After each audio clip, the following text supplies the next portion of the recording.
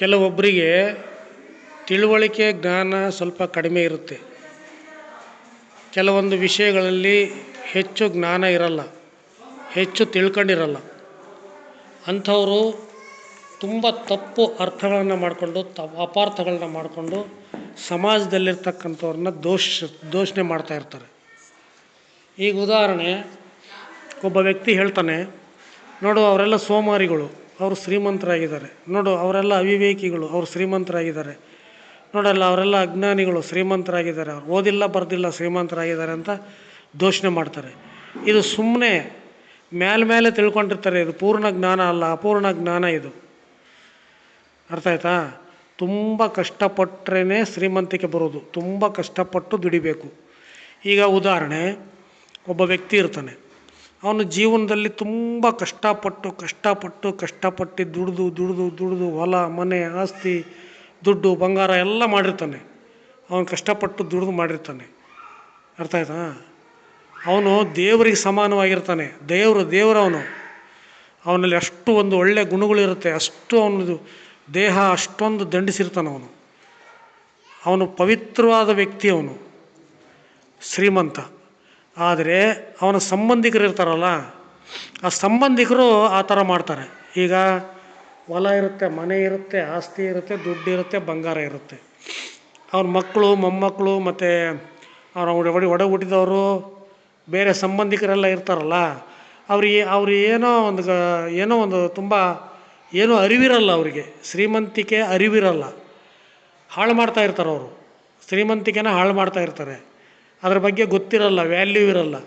ಕೆಲವರು ಅದನ್ನು ಬೆಳೆಸ್ಕೊತ ಹೋಗ್ತಿರ್ತಾರೆ, ಕೆಲವರು ಉಳಿಸ್ಕೊತ ಹೋಗ್ತಿರ್ತಾರೆ. ನೋಡೋ ಜನಗಳು ಆಳವಾಗಿ ಅಧ್ಯಯನ ಮಾಡಲ್ಲ, ಸುಮ್ಮನೆ ಮೇಲೆ ನೋಡಿಬಿಡ್ತಾರೆ. ನೋಡಿಬಿಟ್ಟು ಇವ್ರು ನೋಡು ಸೋಮಾರಿಗಳು, ಅವಿವೇಕಿಗಳು, ಅಜ್ಞಾನಿಗಳೆಲ್ಲ ಶ್ರೀಮಂತರಾಗ್ತಾರೆ. ಹಂಗೆಲ್ಲ ದಯವಿಟ್ಟು ತಿಳ್ಕೊಬೇಡಿ. ಕಷ್ಟಪಡದೆ ಏನೂ ಬರಲ್ಲ. ಯಾರೋ ಸಂಬಂಧಿಕರು ನೋಡ್ಕೊಂಬಿಟ್ಟು ನೀವು ಈಗ ಮಕ್ಕಳಿಗೆ ಮದುವೆ ಮಾಡ್ಕೊತಾರೆ. ಯಾವುದೋ ಒಂದು ಬಡತನ ಕುಟುಂಬದಿಂದ ಬಂದವ್ರನ್ನ ಮಕ್ಕಳಿಗೆ ಮದುವೆ ಮಾಡ್ಕೊತಾರೆ. ಅವರು ಸಂಬಂಧಿಕರಾಗ್ತಾರೆ. ಅವ್ರ ಸಂಬಂಧಿಕರು ಶ್ರೀಮಂತರಾದಂಗೆ ನಟನೆ ಮಾಡ್ತಾರೆ. ನಾವು ಬೇಕಾದಂಗೆ ಇದ್ದೀವಿ, ಕೋಟ್ಯಾಧೀಶರು ಕಾರಣ ಓಡಾಡ್ತಾರೆ. ಏನು ಕಷ್ಟಪಟ್ಟಿರೋದಿಲ್ಲ.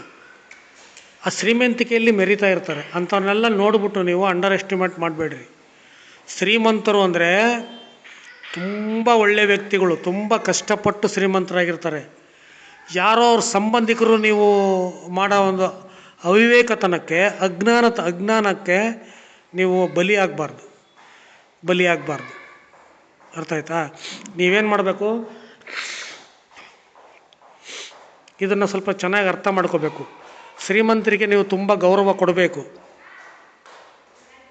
ಮಕ್ಕಳಿಗೆ ನೀವು ಆಸ್ತಿ ಮಾಡಬೇಡ್ರಿ. ಮಕ್ಕಳಿಗೆ ಆಸ್ತಿ ಮಾಡಿಬಿಡ್ರಿ. ಸಾಕ್ರಿ, ಬೆಳೆಸ್ರಿ, ವಿದ್ಯಾಭ್ಯಾಸ ಕೊಡ್ರಿ, ಕೆಲಸ ಕೊಡಿಸ್ರಿ, ದುಡಿಯೋದು ಕಲಿಸ್ರಿ.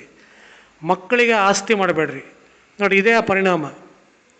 ಆಸ್ತಿ ಮಾಡಿದರೆ ಅವ್ರು ದುಡಿಯಲ್ಲ, ಇರೋ ದುಡ್ಡನ್ನು ಹಾಳು ಮಾಡ್ತಾರೆ, ಅದು ಶ್ರೀಮಂತಿಕೆಯನ್ನು ಮೆರಿತಾರೆ, ಮತ್ತು ಅವರಿಗೆ ಕೆಟ್ಟ ಹೆಸರು ತರ್ತಾರೆ ಮನೆಗೆ, ಮನೆತನಕ್ಕೆ. ಅಲ್ಲ, ನೀವು ಸ್ವಲ್ಪ ಅರ್ಥ ಮಾಡ್ಕೊಳ್ಳಿ ನಾನು ಹೇಳೋದನ್ನು. ಹೆಚ್ಚಿನ ಮಟ್ಟದಲ್ಲಿ ನಾನು ಹೇಳೋಕ್ಕೆ ಹೋಗೋದಿಲ್ಲ. ಶ್ರೀಮಂತರು ತುಂಬ ಒಳ್ಳೆಯ ವ್ಯಕ್ತಿ ಆಗಿರ್ತಾರೆ, ತುಂಬ ಕಷ್ಟಪಟ್ಟು ದುಡ್ದಿರ್ತಾರೆ. ಬಟ್ ಆ ಸಂಬಂಧಿಕರಿಗೆ ನೀವು ಕಂಪೇರ್ ಮಾಡಬೇಡ್ರಿ. ನೀವು ಲೀಡರ್, ಮನೆ ಓನರ್, ಅವ್ರನ್ನ ನೋಡಿ, ಅವ್ರನ್ನ ದೃಷ್ಟಿಯಲ್ಲಿ ಇಟ್ಕೊಂಡು ಮಾತಾಡ್ರಿ. ಮತ್ತು ನೋಡಿ, ಯಾವುದೇ ಪ್ರಾಣಿ ಪಕ್ಷಿಗಳು ಮಕ್ಕಳಿಗೆ ಏನೂ ಆಸ್ತಿ ಮಾಡಲ್ಲ, ಹೊಲ ಮನೆ ಏನೂ ಮಾಡಲ್ಲ. ದುಡ್ಕೊಂಡು ತಿನ್ನೋ ಕೆಪಾಸಿಟಿ ಬರೋವರೆಗೂ ಸಾಕ್ತವೆ.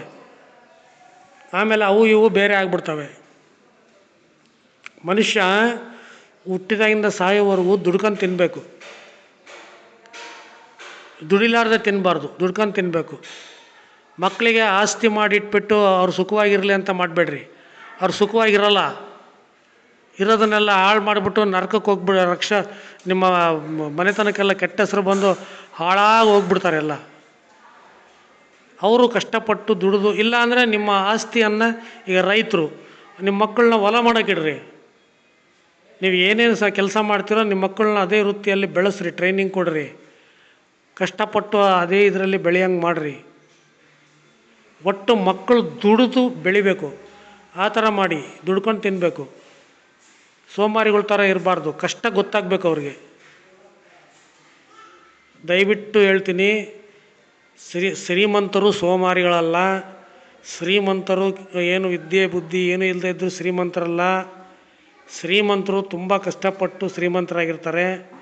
ಆದರೆ ಅದರ ನೆರಳಿನಲ್ಲಿ ಬೆಳೀತಕ್ಕಂಥವ್ರು, ಅದರ ಸಂಬಂಧಿಕರು ಯಾರಾದರೂ ಆಗಿರ್ಬೋದು, ಮಕ್ಕಳಾಗಿರ್ಬೋದು, ಮೊಮ್ಮಕ್ಕಳಾಗಿರ್ಬೋದು, ಅಥವಾ ಬೇರೆ ಅಣ್ಣ ತಮ್ಮಗಳಾಗಿರ್ಬೋದು, ಯಾರಾದರೂ ಆಗಿರ್ಬೋದು. ಆ ಒಂದು ಶ್ರೀಮಂತಿಕೆಯ ನೆರಳಿನಲ್ಲಿ ಮೆರಿತಾ ಇರ್ತಾರೆ. ಅವ್ರನ್ನ ನೋಡಿ ಕಂಪೇರ್ ಮಾಡಬೇಡಿ. ಅರ್ಥ ಆಯ್ತಾ? ಶ್ರೀಮಂತರು ಅಂದರೆ ಅವ್ರು ಮಹಾ ದೈವ ಭಕ್ತರು, ಅವ್ರು ಮಹಾಜ್ಞಾನಿಗಳು, ಅವ್ರು ಮಹಾಶಕ್ತಿಶಾಲಿಗಳು.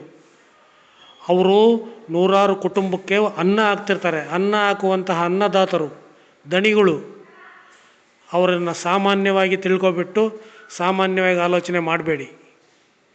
ಆತ ರಾಜಕೀಯದಲ್ಲೇ ಆಗಿರಲಿ, ಅಧಿಕಾರಿ ಆಗಿರಲಿ, ರೈತ ಆಗಿರಲಿ, ವ್ಯಾಪಾರಸ್ಥ ಆಗಿರಲಿ, ಯಾರೇ ಆಗಿರಲಿ, ಯಜಮಾನನೇ. ಆತ ದೇವರು, ಸಾವಿರಾರು ಕುಟುಂಬಗಳಿಗೆ ಅನ್ನ ಹಾಕ್ತಕ್ಕಂಥ ದೇವರು. ಅಂಥವ್ರನ್ನ ಅಂಡರ್ ಎಸ್ಟಿಮೇಟ್ ಮಾಡಬೇಡ್ರಿ. ಗೌರವ ಕೊಡಿ. ಬಡತನ ಬರೋದು ಶಕ್ತಿ ನಾಶದಿಂದ, ಶ್ರೀಮಂತಿಕೆ ಬರೋದು ಶಕ್ತಿ ಉತ್ಪಾದನೆಯಿಂದ. ಶ್ರೀಮಂತಿಕೆ ಬರೋದು ಒಬ್ಬರಿಗೆ, ಆದರೆ ಅದನ್ನು ದುರುಪಯೋಗ ಮಾಡೋದು ನೂರಾರು ಜನ. ಅದಕ್ಕೆ ನೀವು ಹುಷಾರಾಗಿ ಮಾತಾಡ್ರಿ, ಯೋಚನೆ ಮಾಡಿ ಮಾತಾಡ್ರಿ, ಆಳವಾಗಿ ತಿಳ್ಕೊಂಡು ಮಾತಾಡ್ರಿ. ನಿಮಗೆಲ್ಲ ಒಳ್ಳೆಯದಾಗಲಿ. ಧನ್ಯವಾದಗಳು.